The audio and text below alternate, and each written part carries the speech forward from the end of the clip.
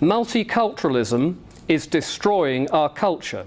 Multiculturalism tells third world people that they have a history, a heritage, a tradition that they should be proud of.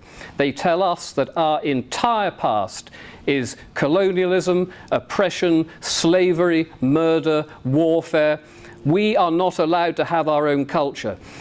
According to the UN, we are. And that is why traitor Tony Blair said you cannot be labelled as an indigenous people. And I don't know if anybody saw my little argument with Sonia Gable, a communist who runs Searchlight magazine. And she, when she heard this new party, Liberty GB, had started, she said, another fascist right-wing party. So I went onto her site and I asked her, what exactly is fascist about us? And she said, you're against immigration, you're against this, you're against that. And I asked her a simple question. I said, do we have a moral and legal right as English to exist in our own homeland? This argument went on for a while, but basically she said, no, you don't. Your past is evil. You deserve everything that you now get as a result of what your ancestors did a long, long time ago. Now, this is a really wicked thing to do, and when you look at the numbers involved and the fact that we are going to become a minority in our own country before 2050, well before 2050 for the younger people, that I term to be genocide. And I'm backed up again by the United Nations definition on genocide, which quite specifically says, in the present convention, genocide means any of the acts committed with intent to destroy, in whole or in part, a national, ethical, racial or religious group, and deliberately inflicting on that group conditions of life calculated to bring about its physical destruction in whole or in part.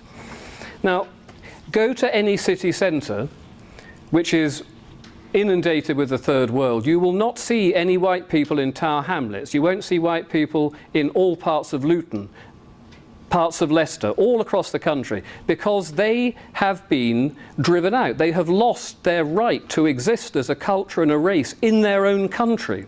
This is what's happened in an incredibly short period of time. And it started from a small base. Now, that small base of people, when they double, when their demographic doubles from 100,000 to 200,000, it doesn't really matter. But when you get to the point now where we've got 4 million Muslims in this country, they are going to become 8 million within the next decade, and then 16 million, and then 32 million. And we, meanwhile, are dwindling as a race. Our government is against us, our media is against us, we are losing a racial war, we are losing a cultural war, and we've lost, essentially, today, because we're standing up now trying to do something about it, but we are not helped by our own people who are running our government and running our country and running our education and running our media and running our councils. They are intent on seeing us reduced to a small, servile race of people. Why they want to do this, I simply don't know. Some of them are evil, some of them are naive and stupid and don't understand, but combined with the evil and with the naivety, we are in serious, serious trouble, and our children and our grandchildren are going to be utterly confused by how did you allow this to happen? And what sort of people were you to sit back and allow this to happen under your noses? Because you were frightened of being called a racist? Really? One word has made you sit back and do nothing while your country was ripped from underneath your feet? You have got to be joking. But we're not joking. We are trying to do something about it, but our government, the European Union, the United Nations, they are intent on ripping our country and our culture out from under our feet.